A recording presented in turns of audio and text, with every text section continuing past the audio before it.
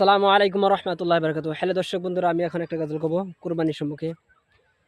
আল্লাহকে যদি মানো, ইমান তবে আনো, কবুল হবে কুরবানি, বিফল হয় না জানো। আল্লাহকে যদি মানো, ইমান তবে আনো, কবুল হবে কুরবানি, বিফল হয় না জানো। মোবারক ঈদ মোবারক, মোবারক কুরবানি মোবারক।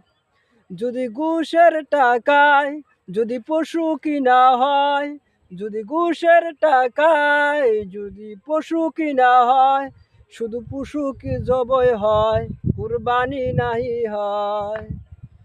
এমনি যারা করে নিজে কেটে সকায়, এমনি যারা করে তারা নিজেকে ঠকায়।